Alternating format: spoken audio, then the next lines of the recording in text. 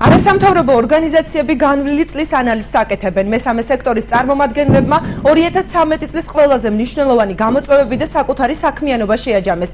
მათი უმრავლესობა თანხმდება, რომ ადამიანის უფლებებთან დაკავშირებით გაუმჯობესებული მიდგომის მიუხედავად იყო ფორმალური კონკურსები საჯარო სამსახურებში, რაზეც მომავალში აქტიურ მუშაობას აპირებენ.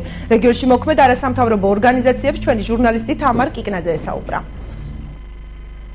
საკუთრებისა და შრომითი უფლებები ეს ის საკითხებია, რომლებზეც არასამთავრობო ორგანიზაციებს მუშაობა 2013 წელს მოუხდათ. პროცესის ერთ-ერთი აქტიური მონაწილე დემოკრატიის ინსტიტუტი იყო. წლის განმავლობაში გაწეული მუშაობისაგან გენო გელაძე სწორედ უსამართლოდ გათავისუფლებული ადამიანების სამსახურში დაბრუნებას, ადამიანების უკანონო პატიმრობიდან გათავისუფლებას და აჭარის ტელევიზიისა და რადიოს საზოგადოებრივ მაუწყებლად გარდაქმნის საკითხებს გამოარჩევს. 2013 წელი განსაკუთრებით იყო საინტერესო და მნიშვნელოვანი აჭარის ტელევიზია და რადიოსთვის, რამაც სწორედ აი ამ წელში მოხერხდა ბოლო წლების განმავლობაში მოუგვარებელი სტატუსისა თუ უსტატუსობის პრობლემა და უკვე დაიწყო საზოგადოებრივი მაუწყებლის სტატუსით მაუწყებლობა. ხო, ეს არის ძალიან მნიშვნელოვანი. წარმატებული кейსები იგივე ხო არის ძალიან ბევრი, რომელიც კონკრეტული მოქალაქეების უფლების დაცვას უკავშირდება. ეს იყო იგივე სამსახურში აღდგენები, იგივე ქონების დარეგისტრირება, იგივე პატიმრობიდან გათავისუფლება და ასე შემდეგ. რეალური არჩევნების გზით მოსული ხელისუფლება, მასშტაბური ამინისტია და ასევე რეგიონის საზოგადოებრივი მაუწყებელი. ამ საკითხებს გამოარჩევს წლის განმავლობაში არსებული გამოწვევებიდან ახალგაზრდა იურისტთა ასოციაციის ბათუმის ორგანიზაცია, თუმცა თავიანთ განსაკუთრებულ წვლილს მაინც აჭარის საარჩევნო კანონმდებლობაში შეტანილ ცვლილებებში ხედავენ.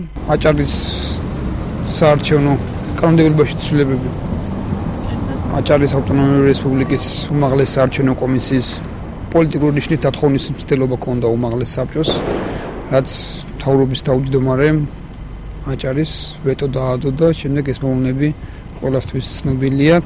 განვითარდა საკმაოდ დადებითად ამ საკითხში საიას გამჭვირვალობას და სამართლიან არჩევნებს საკმაოდ დიდი წვლილი მიუძღვის. არასამთავრობო ორგანიზაციები თანხმდებიან, რომ ადამიანის უფლებებთან დაკავშირებით გაუმჯობესებული მიდგომების მიუხედავად იყო ფორმალური კონკურსები საჯარო სამსახურებში და მიწის აღიარებასთან დაკავშირებულ საკითხებზე, რაზეც მომავალში აქტიურ მუშაობას აპირებენ. რაც მე ძალიან არ მომეწონა, მაგალითად რა სამ წელში იყო, ეს იყო საჯარო სამსახურებში საკანონმდებლო მოთხოვნების გამო თითქმის ფორმალურად გამოცხადებული კონკურსები. ეს არ არის ჩემისათვის სწორი.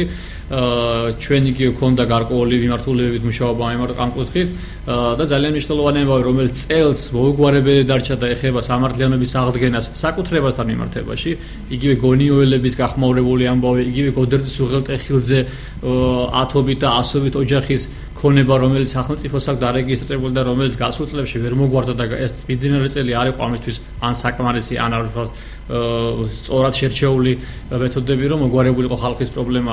არასამთავრობო ორგანიზაციების ნაწილი კი აცხადებს, რომ ძალოვანების მიმართ შიშის სინდრომი მეტნაკლებად დაძლეულია და აღარც პირადი საუბრების მოსმენის შიში აქვთ, თუმცა ადამიანის უფლებების დაცვა მომავალ წელსაც მათი მუშაობის პრიორიტეტული სფერო იქნება.